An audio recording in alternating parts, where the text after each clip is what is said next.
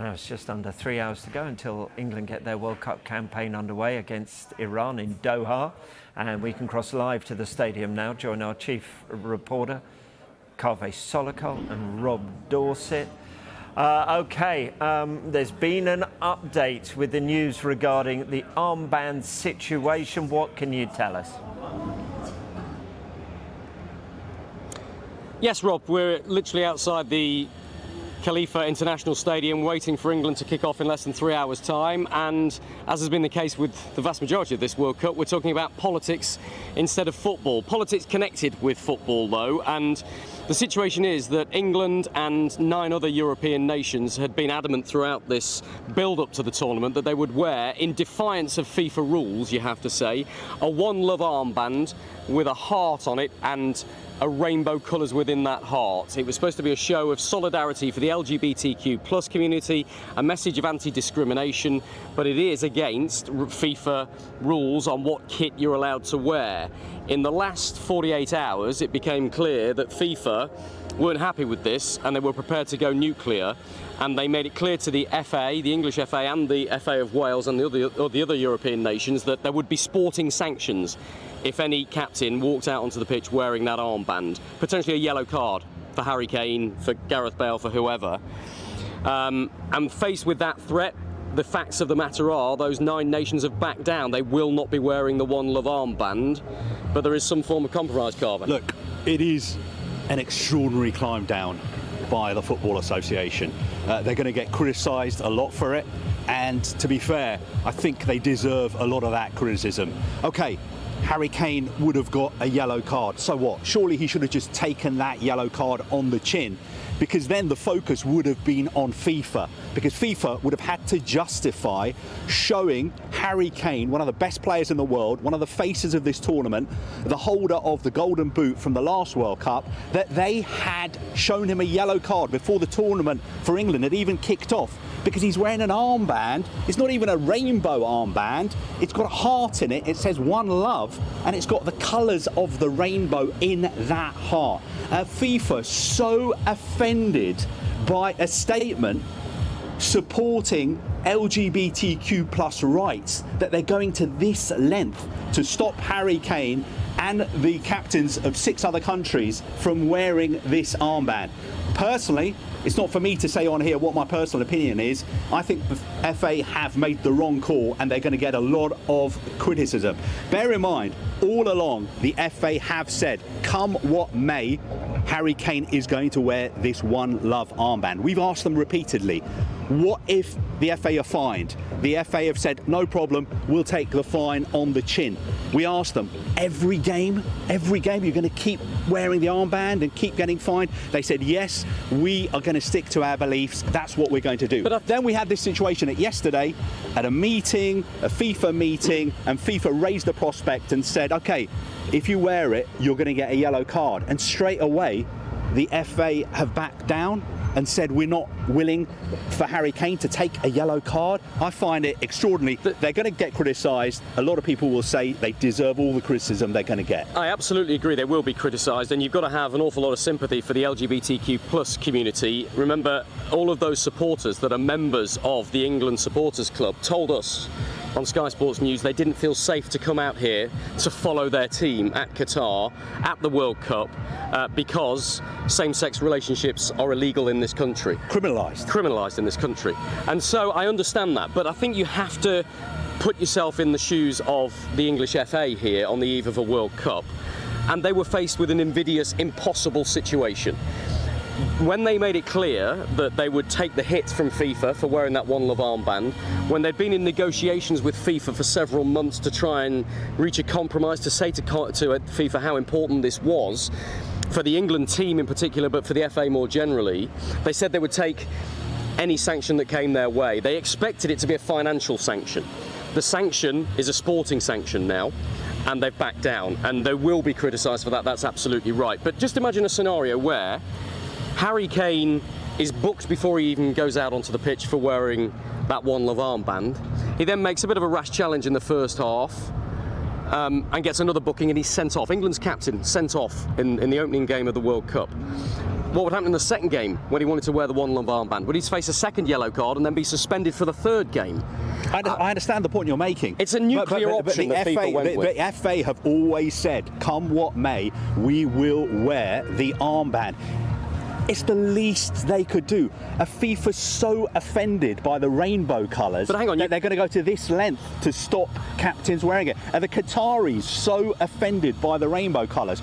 Who's made this decision? Have FIFA made it themselves, or are they under pressure from the Qatari authorities? But you're criticising the FA there, the English FA, and then saying, "Oh, FIFA's so offended by it." So actually, the criticism is levelled at FIFA. It's FIFA who've made a nuclear decision here and gone absolutely to a level that the FA and England couldn't stomach. And you're absolutely right, there will be a host of criticism from members of the LGBTQ plus community and anti-discrimination groups generally that the FA and the FAW and the other 5 or 6 European nations have backed down.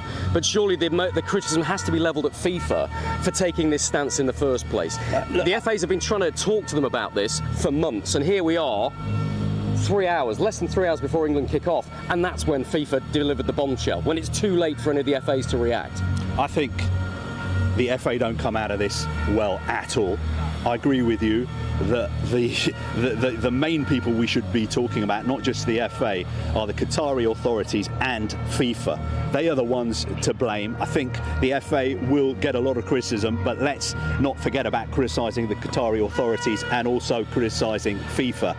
One thing to update you on is that Harry Kane will be wearing an armband. This is what we were talking about earlier today.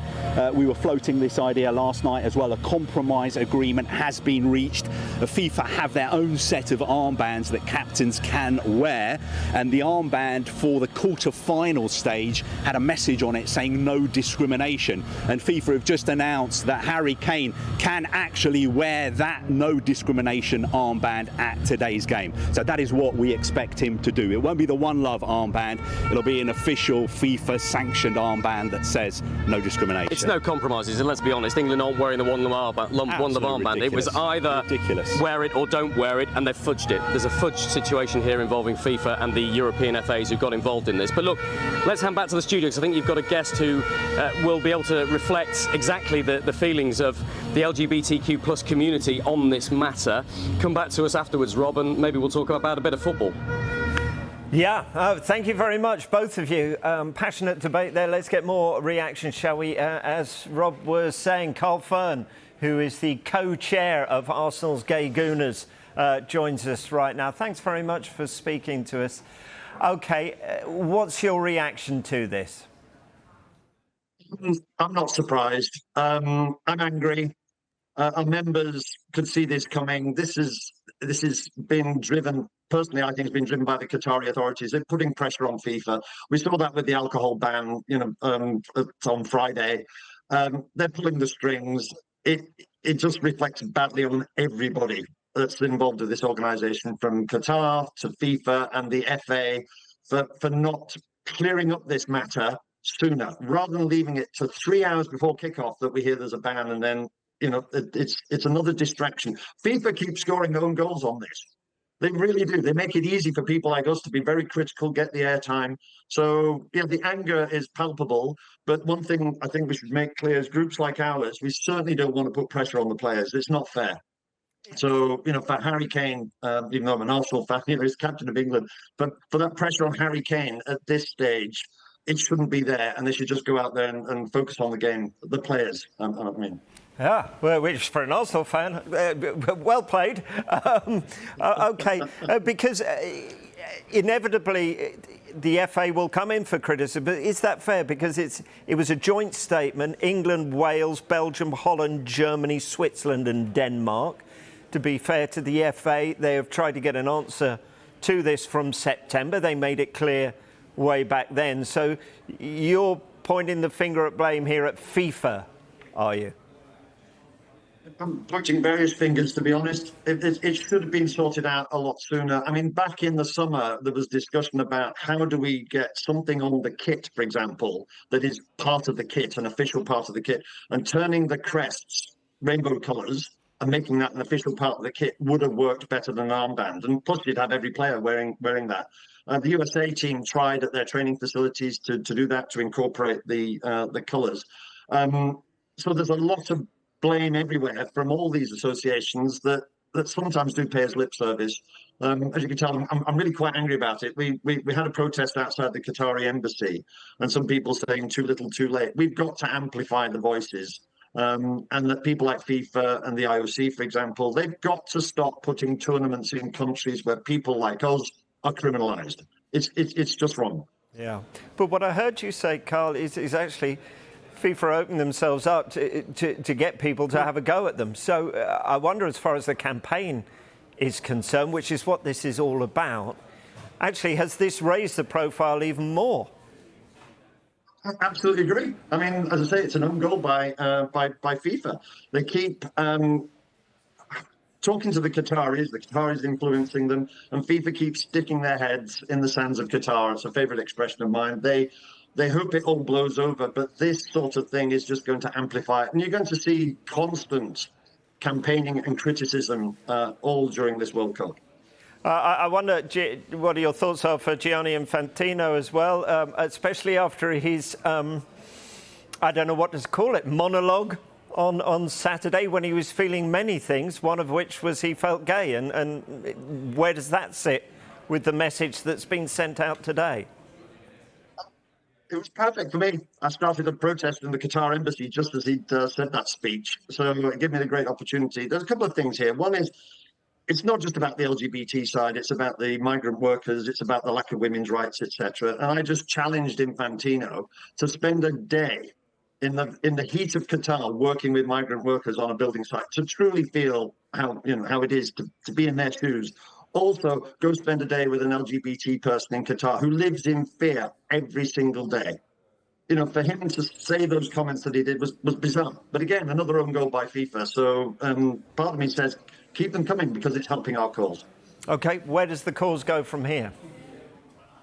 We continue. We've got a campaign at the moment called No Pride Without All. On our social media platforms, we've turned all our images to grayscale to show, take away the rainbow colours, for example, to say that we are not included in this World Cup. There is open discrimination against people like me in Qatar, and we just have to keep amplifying the message, and also to push now for future World Cups to not be held in countries that criminalise us. So there's talk of Saudi Arabia putting a bid in 2030.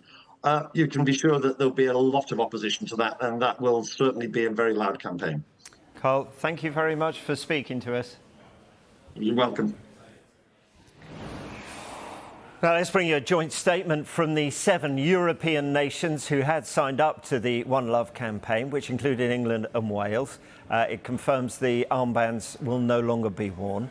It reads like this: FIFA has been very clear that it will impose sporting sanctions if our captains wear the armbands on the field of play. The statement began as national federations, we can't put our players in a position where they could face sporting sanctions, including bookings. So we have asked the captains not to attempt to wear the armbands in FIFA World Cup games. FIFA has been very clear it will impose sporting sanctions if our captains wear the armbands on the field of play. As national federations, we can't put our players in a position where they could face sporting sanctions, including bookings. So we've asked the captains not to attempt to wear the armbands in FIFA World Cup games. Well, let's get more reaction now to that breaking news in the last hour that England and Wales won't wear the OneLove armbands for their World Cup opening games today. Let's go live to Geraint Hughes in Doha, of course, with the Welsh squad. Geraint, what more can you tell us about why Wales have taken this decision? They're not happy. They're not happy at all. I think I'm sure you've been through the statement that's been released, a joint statement from the FA of Wales, FAW, the FA and the other European nations that were intending on wearing the OneLove armband as well. I think the language is diplomatic in that. I think the word frustrating. I've had a conversation with the chief executive of the Welsh FA, Noel Mooney, just prior to the official announcement, where he let me know what was going to be happening. They're just incredibly disappointed.